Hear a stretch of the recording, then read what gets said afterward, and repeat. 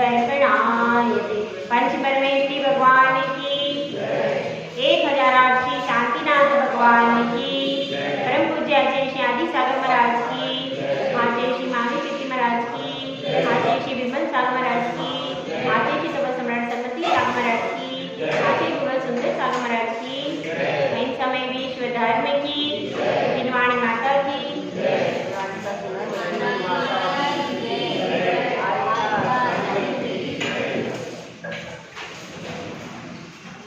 प्रतिदिन हम निर्मल होना चाहते हैं। हर व्यक्ति चाहता है कि वह कौन कैसा हो जाए, निर्मल हो जाए। और इस निर्मलता के लिए प्रतिदिन जब हम उठते हैं तो कहाँ जाते हैं? स्नान कक्ष में जाते हैं। स्नान कक्ष में जाकर के अपने शरीर में जो अशुद्धि है उसका प्रक्षालन करते हैं कि नहीं? तो हमारी शुरुआत कहाँ से होती है? शरीर की शुद्धि करने से हमारे दिन की शुरुआत होती है। और स्नान आदि करके हम ये मान लेते हैं कि हम निर्मल हो, पर वह निर्मलता कितनी देर टिकती है? थोड़ी देर के बाद, मई जून का महीना हो, थोड़ी देर के बाद आकर के मंदिर में बैठे भी नहीं, दर्शन किया, भगवान को नमोस्तु किया और पसीना पूरा शरीर भीग गया, फिर बदबू आने चालू। ऐसा इस शरीर का स्वभाव है। इसमें इतने रोम छिद्र हैं, उनसे पसीना आदि बहता रहता है और महा अपवित्र। इसलिए जो साधु होते हैं वह इस शरीर की शुद्धि का प्रयास नहीं करते, वे आत्मा की शुद्धि को बढ़ाने के लिए पुरुषार्थ किया करते हैं। और हम सब भी उसी प्रोसेस में चल रहे हैं कि शरीर की तो शुद्धि यथासंभव करते हैं। श्रावक की बात कर रहे हैं, साधु का तो पूरा उपयोग आत्मा की ही विशुद्धि के ऊपर रहता।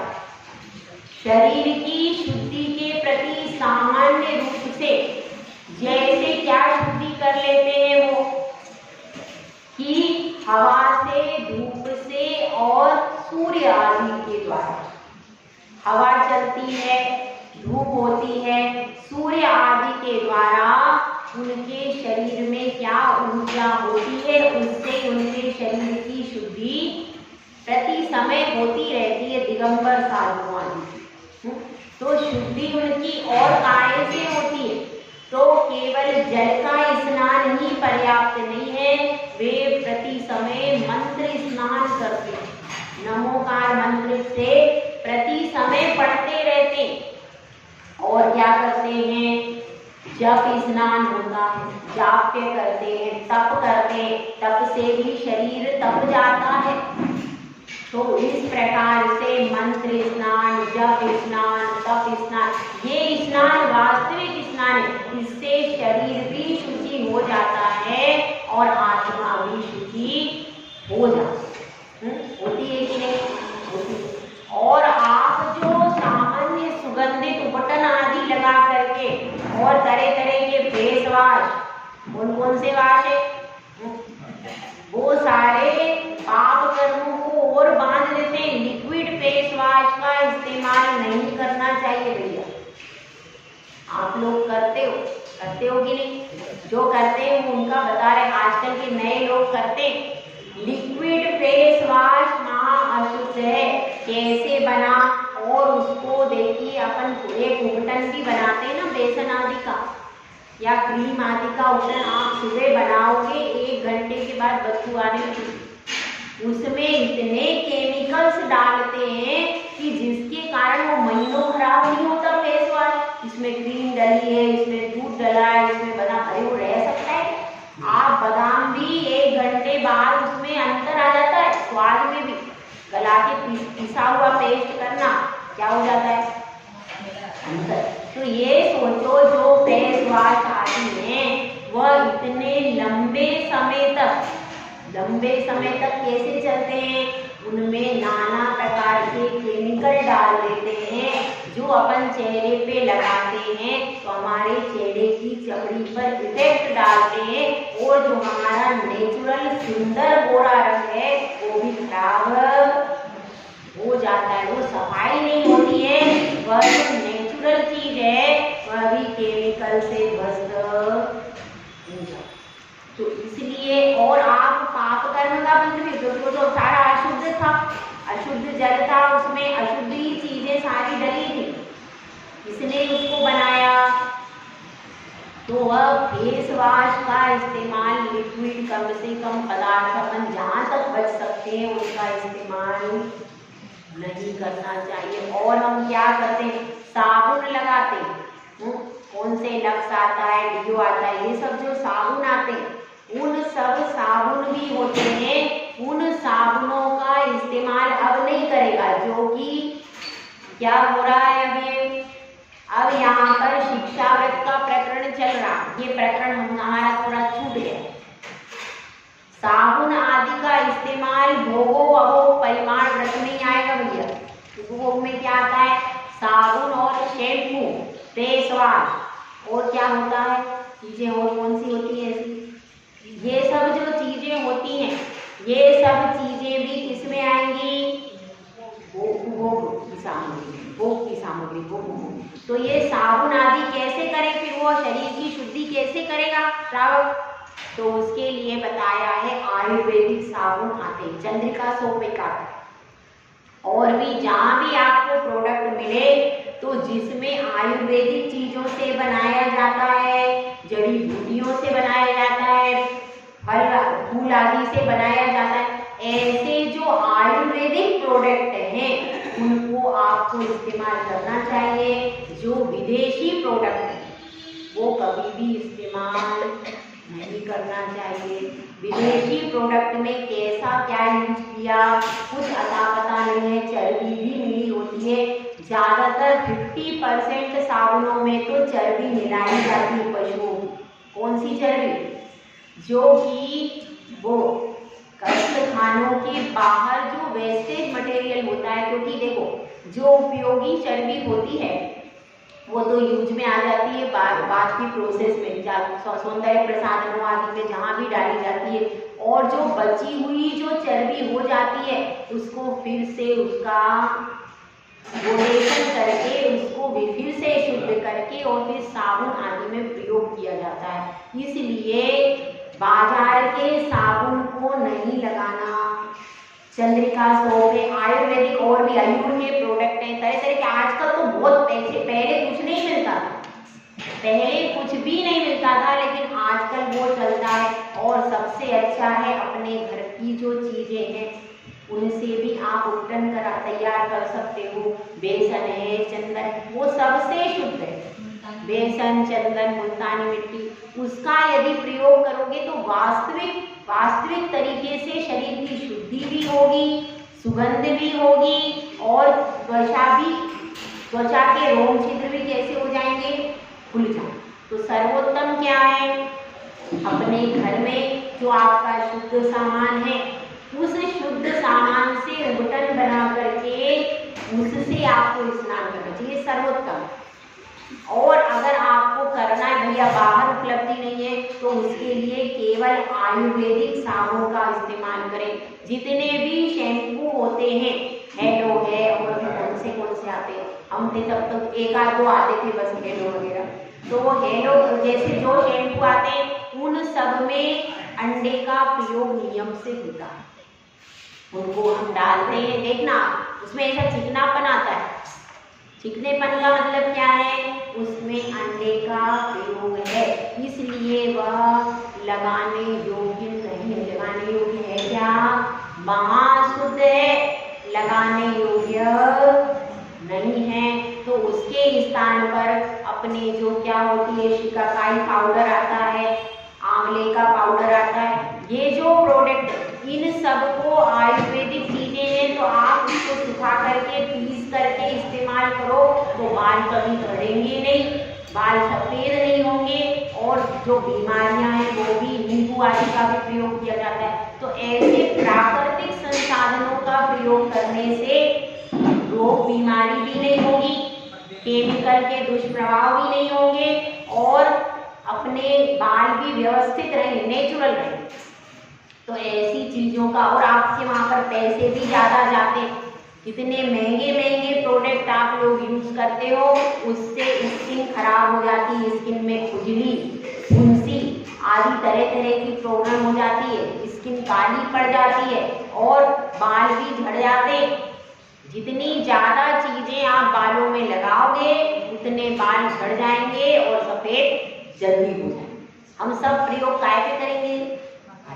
तो क्या होगा, सब उतनी जितने आप नई नई चीजें ला करके प्रयोग करते चले जाओगे उतना नुकसान आपके शरीर का होता चला जाएगा। इसलिए जो प्राकृतिक संसाधन है, जो शुद्ध संसाधन है, उन्हीं का प्रयोग करना चाहिए। पहले भी ये सब होता था, पहले भी उबटन आदि बनाए जाते थे। काहे से बनते थे?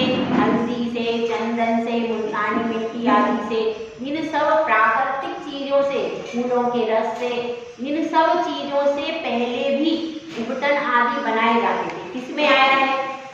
आप देख सकते हैं जीवंदर चरित्र, उसमें ऐसा प्रसंग आता कि जीवंदर स्वामी अब वहां पर पहले जाते थे वन में क्रीड़ा के लिए, वहां पर गए तो वहां पर दो स्त्रियां आई थी, दो कन्याएं आती हैं, एक का नाम था सुरमंजरी, एक का नाम था गुणमाला।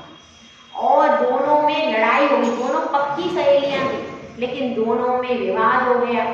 अब क्या हो रहा, सुरमंजरी यह कह रही है कि मेरा चूर्ण उबटन जो है वो सर्वश्रेष्ठ, और गुणमाला यह कह रही है कि मेरा उबटन कैसा है, सर्वश्रेष्ठ।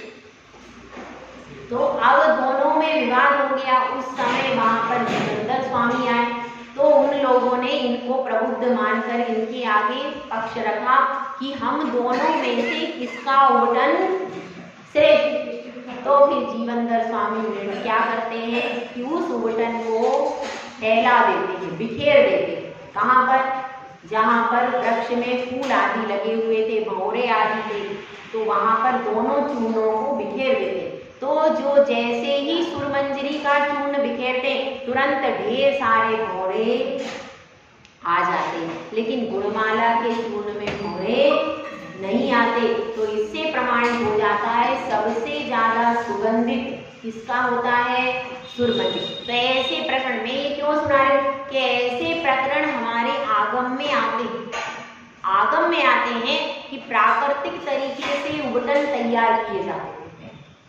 तो वह जो प्राकृतिक जो चीज है वह आपकी शरीर की प्रकृति को कैसी करती है, फायदा करती है। और अपन जितना आप कृत्रिम चीजें लगाएंगे अपना धन भी जाएगा, शरीर भी जाएगा और हाथ में कुछ भी नहीं आएगा। इसीलिए केमिकल्स वाली दुनिया से सावधान होने की वर्तमान में जरूरत है।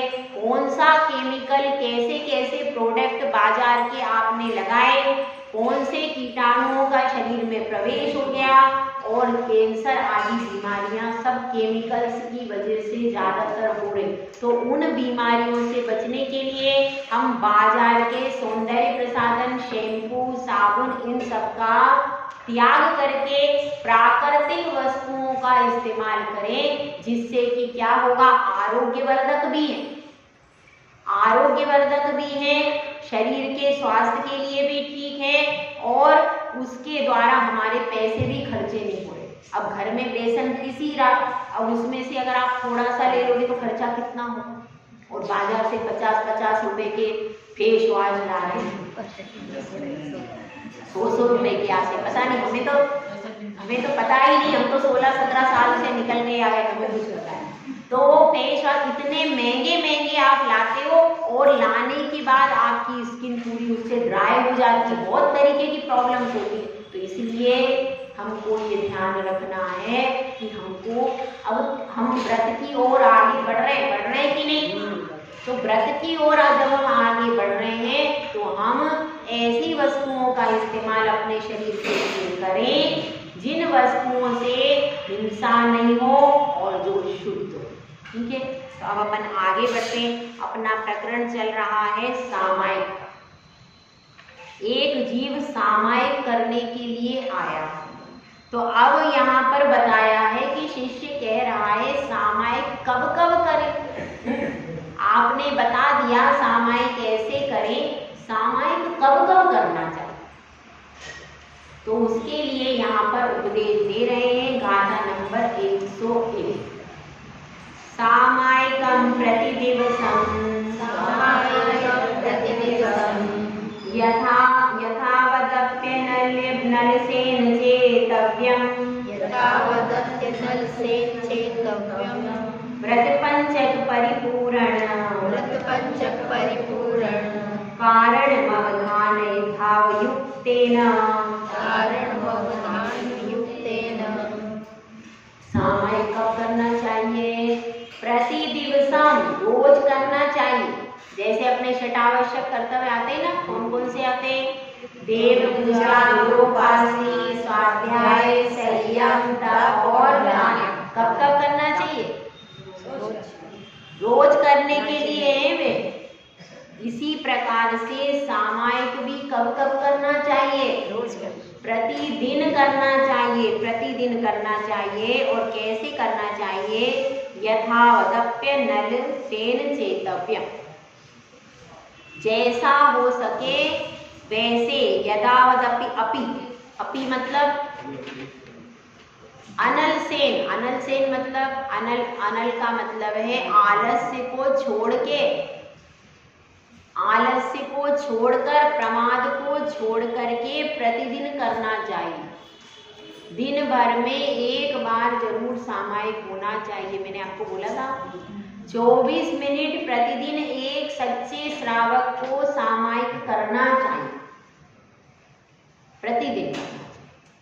कभी आप गाड़ी में भी बैठे हो तो कोई बात नहीं, जहाँ बैठे हो वहीं पर अपना मौन रख करके और वंदना करके बैठ तो सकते हो।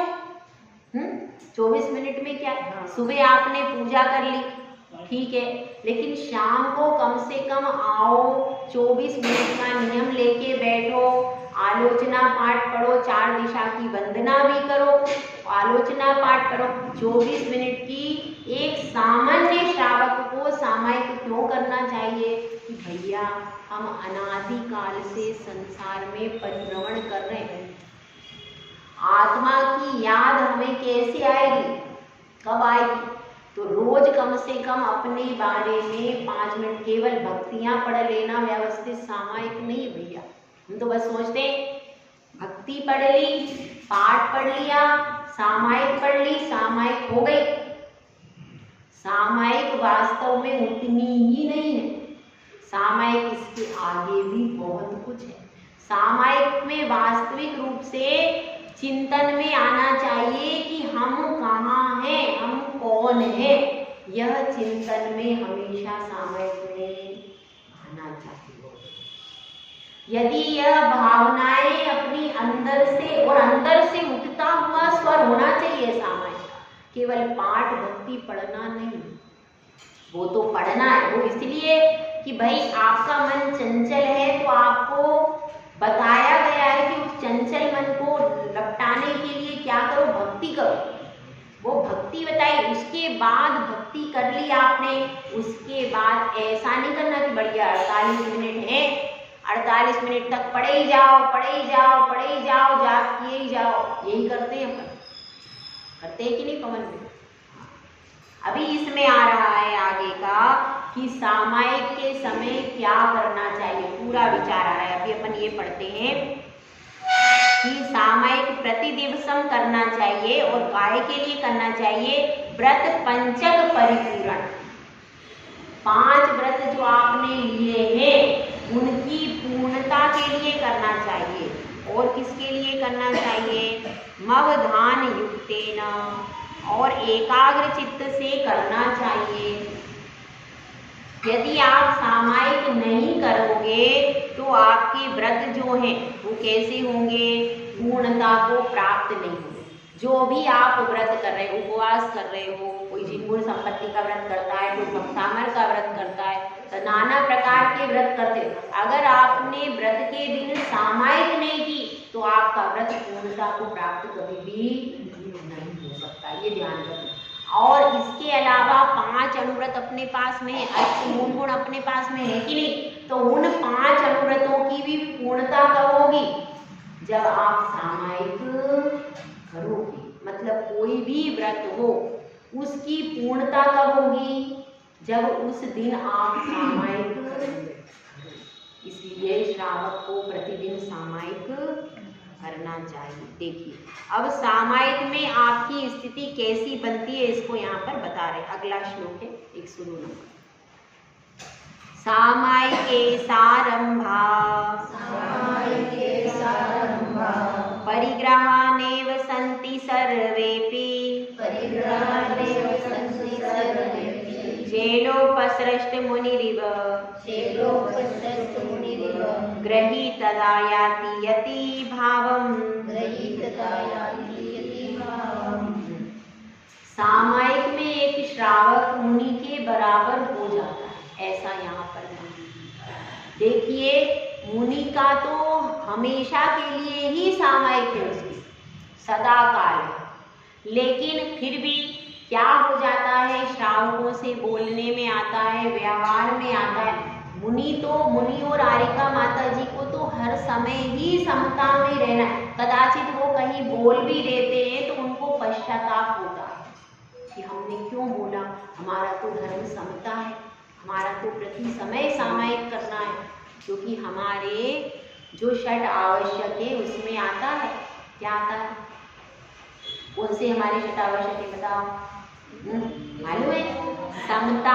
पहला षट आवश्यक है हमारा समता, समता, वंदना, स्तुति और प्रतिक्रमण, प्रत्याख्यान और कायोत्सर्ग। ये हमारा पहला आवश्यक है समता। यदि समता नहीं है तो हमारा आवश्यक पालन ही नहीं हो रहा है। इसलिए साधु तो हर समय कोशिश करता है, क्योंकि उसके आवश्यकों में पहला समता। खाली किस अपेक्षा से कि 24 घंटे उसको समता रखनी है। कैसी भी परिस्थिति, कोई कितना चिल्ला रहा है, कोई क्या कर रहा है, उसको क्रोध करने का बताया ही नहीं। उसको तो समता ही रखना है, प्रति समय रखना है। वो तो सामान्य समता हो गई प्रति समय। और विशेष रूप से कब कब करो? तो 3 समय विशेष रूप से करो। जो सामायिक पे बैठते हैं उसमें विशेष करना है। बाकी समय में समता रखना है। राग द्वेष की प्रवृत्ति होना ही नहीं चाहिए। ये उत्कृष्ट है। उत्कृष्ट क्या है? राग द्वेष की प्रवृत्ति प्रति समय ही नहीं हो सकती, क्योंकि उसमें आवश्यक लिखा है। आवश्यक का मतलब क्या है? प्रति समय होना चाहिए। तो प्रति समय समता है उनकी, लेकिन विशेष रूप से 3 टाइम उसको करते हैं। 3 टाइम विशेष, मतलब 3 टाइम में तो पूरी तरीके से मौन पूर्वक रहते हैं, लेकिन बाकी समय में भी बोलते हैं। तो कोई वचन वर्गणाएं निकल जाती है, कुछ हो जाता है, तो उसमें बाद में वो पश्चाताप उसका करते हैं।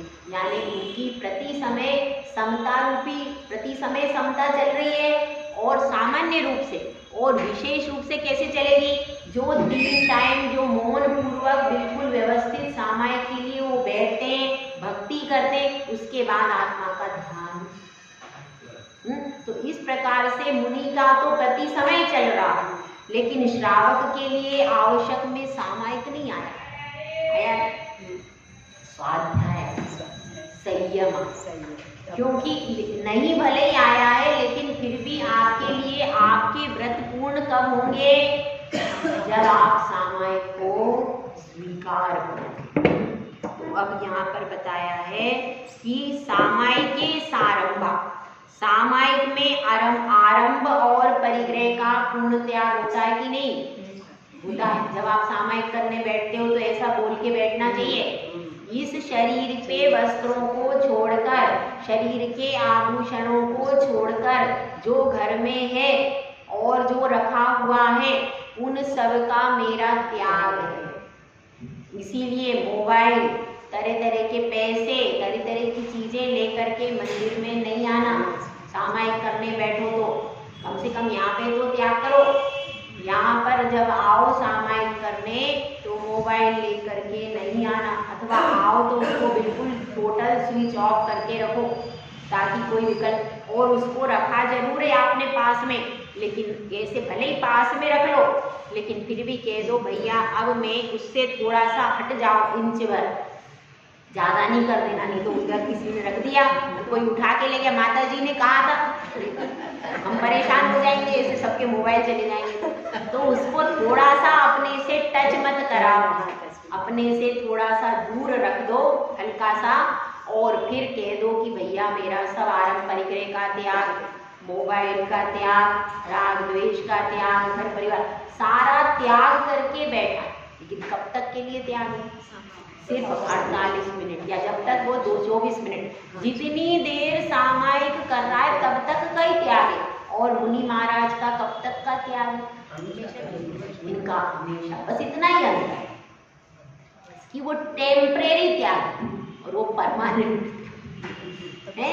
वो तो टेम्परेरी, उसका सिर्फ जिस समय सामायिक में बैठा है उसके शरीर के वस्त्र वस्त्राभूषण को छोड़ करके वो भी वही जाप कर रहा है, वो भी वही कथा पढ़ रहा है, वो भी वैसे ही अपना ध्यान लगाने का प्रयास कर रहा है कि नहीं? इसीलिए कह दिया है श्रावक के लिए कि उसके पास वर्तमान में आरंभ परिग्रह नहीं। कब होगा?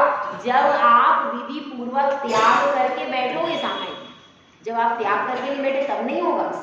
इसीलिए मैंने कहा सामायिक में 4-5 चीजें लिखवाई थी, लिखी थी अनुपमा जी, क्या क्या त्याग करना चाहिए लिखे थे ना। तो वो सब कुछ त्याग करके बैठो, चारों प्रकार के आहार पानी का त्याग, सब आरंभ का त्याग, परिग्रह का त्याग, घर मकान दुकान परिवार का त्याग, राग द्वेष करने का त्याग, ये सारा त्याग करके जो बैठा है उसके लिए है यहाँ पर कहा है सामायिक करते समय उसका आरंभ और परिग्रह नहीं है, सिर्फ शरीर पर जो है उतना ही रहेगा, बाकी सब उसका कुछ भी नहीं, उसने त्याग कर दिया। सब बोलने की बजाय माता जी ऐसा भी तो बोल सकते हैं कि मेरे शरीर पर जो है इसको छोड़ के बाकी सब प्रकार का त्याग, परिग्रह का त्याग बोलना, परिग्रह का और आरंभ का त्याग बोलना चाहिए। तो आपका माइंड मेकअप हो जाएगा कि भाई आरंभ और परिग्रह का मेरा, अब कोई पंचसूना पाप तो कर नहीं रहे अभी मंदिर में बैठ के, तो घर में ही जाके करोगे, तो कम से कम जब नहीं कर रहे तो सामायिक निर्विकल्प करने के लिए सब मुंह से बोल देना चाहिए कि हमारा सब प्रकार का आरंभ और परिग्रह का, आहार पानी का त्याग, ऐसा सब बोल देना चाहिए। अब क्या बता दिया? अब चेलो प्रशस्त मुनि रे, अब उसकी स्थिति क्या हो गई? चेल का अर्थ होता है वस्त्र, वस्त्र से किसी को ढक दिया और वह मुनि है, ऐसा कई बार उपसर्ग हुए। द्रोणगिरी पर हुआ है एक उपसर्ग, एक मुनिराज थे मेरु नामक मुनिराज, उनकी भी कथा आती है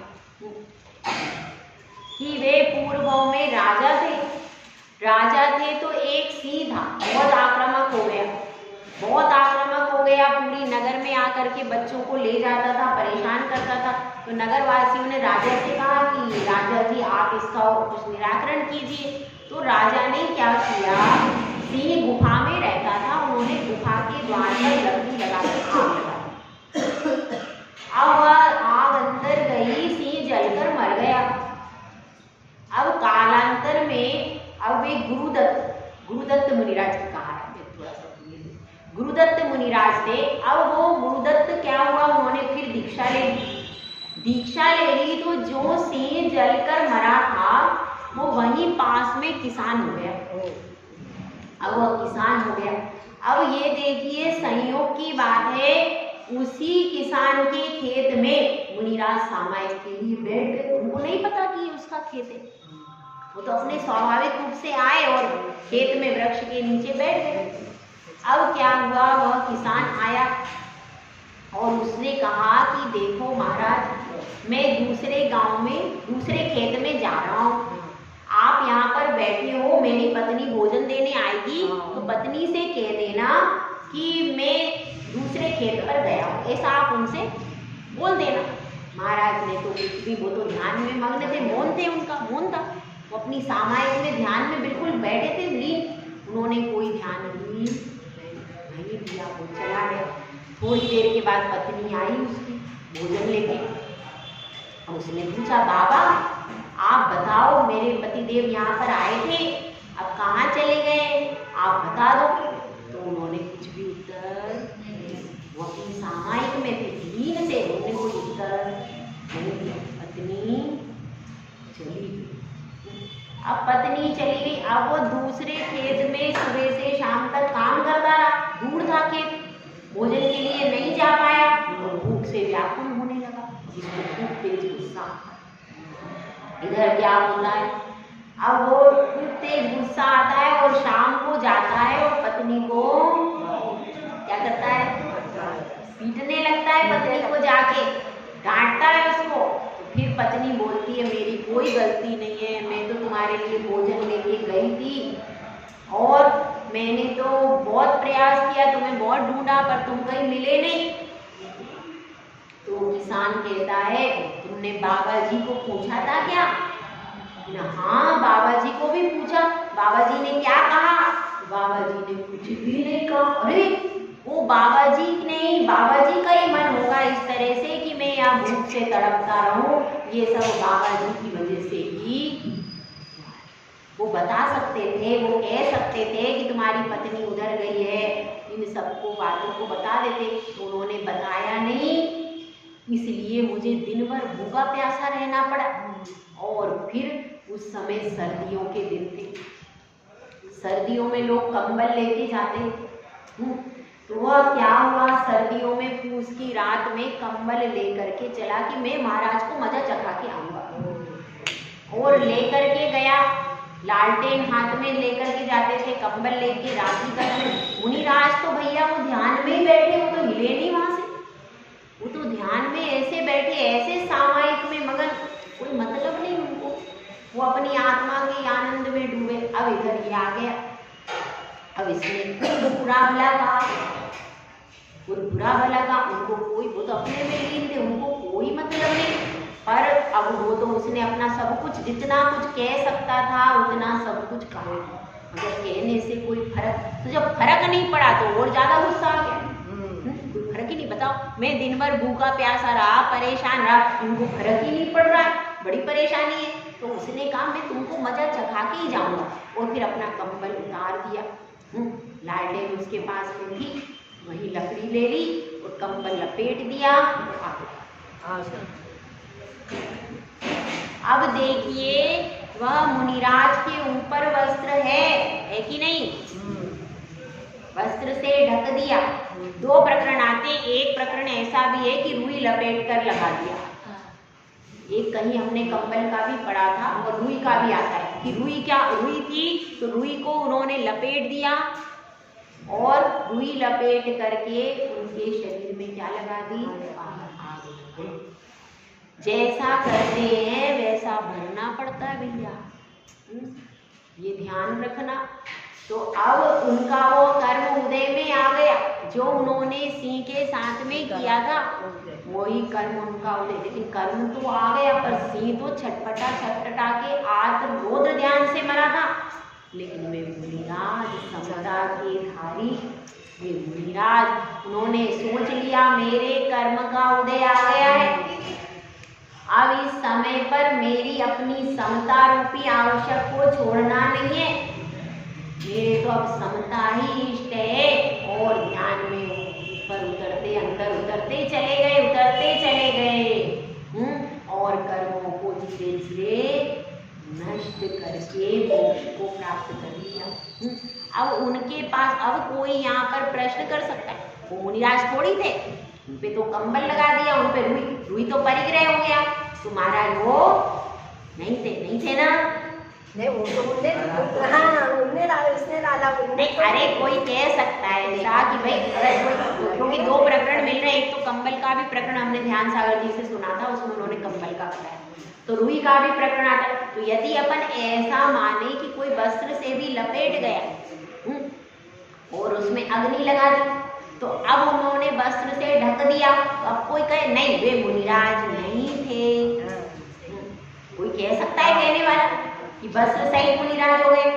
लेकिन देखिए उनका वह उत्सर्ग हो रहा, वो अगर वो ठंडी से बचने के लिए वस्त्र ओढ़ लेते तो उनका वो परिग्रह हो जाता, लेकिन उन्होंने स्वयं होकर के वस्त्र ओढ़ा नहीं था, वो तो उसने उपसर्ग करने के लिए बस ऐसे ही पांडवों का आता भैया उनको आभूषण पहना है, तो वो मुनिराज थोड़ी थे।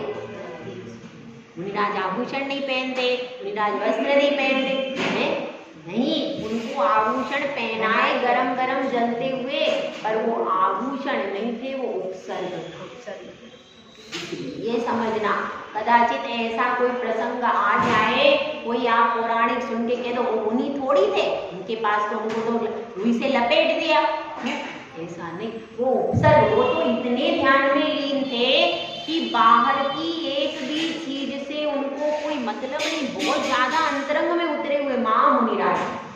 तो उन्होंने ये जाना कि ये अब इसने मुझे ढक दिया, तो ये उपसर्ग करना। अब मैं और ज्यादा गहरे अंतर में उतरते चले गए और उनको फिर क्या हो गया कि वह धीरे धीरे अग्नि जल गई। अग्नि में क्या हुआ, रुई भी जल गई और साथ में उनका शरीर भी जलने लगा। तो परिग्रह तो समाप्त हो गया भैया जल के, आभूषण भी जल गए, जले कि नहीं, परिग्रह समाप्त हो गया।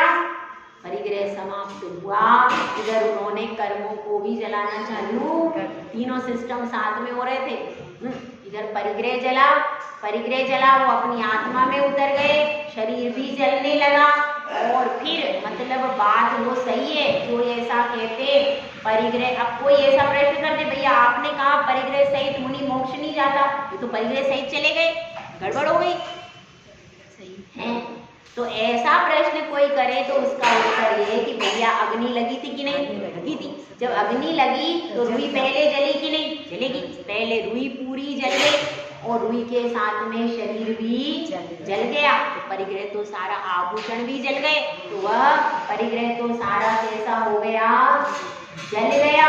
और जब परिग्रह जल गया, इस बीच में उन्होंने अपनी आत्मा में ध्यान इतना केंद्रित कर लिया कि उसके कारण वे शुक्ल ध्यान को प्राप्त हो गए। तो वह परिग्रह रहा नहीं, वो परिग्रह जलकर नष्ट हो गया। समझ में आई बात? इसलिए वह जलकर नष्ट हुआ, लेकिन उन्होंने अपनी आत्मा की रत्नत्रय को सुरक्षित रखा और इसके कारण वो क्या हो गए, उनको मोक्ष प्राप्त हुआ। उपसर्ग के बाद मोक्ष प्राप्त हुआ कि नहीं। कितने सारे साधु जिनको उपसर्ग हुए नदी में डाल दिया, ऐसे उपसर्ग हुए, तो उसके बाद भी जल को छुआ कि नहीं, लेकिन उस समय भी वे अपनी आत्मा में लीन होकर के मोक्ष को प्राप्त कर लेते। इसीलिए यहाँ पर बताया है कि एक गृहस्थ भी अब सुदर्शन सेठ को उठा करके ले गई वो दासी, तो भी वो हिले भी नहीं, छलायमान नहीं। वारिशेन के पास में हार डाल दिया और लेकर के सूली पे चढ़ा दिया, बोल रहे, बोले भी नहीं वो कि मेरी गलती नहीं है, मेरा कुछ भी नहीं। जब सिंहासन बन गया तब राजा हाथ जोड़कर आया, तब बात क्लियर। तो ऐसे श्रावक भी इतने निष्प्रय होकर के सामायिक करते थे पहले की, आप भी कर सकते हो। एक और प्रकरण है, हमने सुना हुआ है कि एक श्राविका सामायिक कर रही और बंदर ने आके पैर में खा लिया, हिली नहीं वो, अभी वाली नहीं है, पुरानी वाली बात। पुराने लोग, पुराना घी बहुत काम करता है भैया, पुराना घी। अभी भी आपके अंदर वो श्रद्धा नहीं है, आपके अंदर बहुत प्रश्न है, लेकिन पुरानी बूढ़ी महिलाओं को देखो, उनमें श्रद्धा बहुत है, उनमें श्रद्धा बहुत ज़्यादा है। उस श्रद्धा, उस क्वालिटी की श्रद्धा, भले ही उनको पढ़ना नहीं आता, पर जिनवाणी के प्रति जो उनके मन में अगाध श्रद्धा है, वो क्वालिटी आपके अंदर उनमें दृढ़ता रहेगी। वो कठिन से कठिन उपवास कर लेंगे, आप नहीं कर पाओगे। क्यों? क्योंकि उनके अंतरंग में पहले श्रद्धा का बीज बोया जाता है।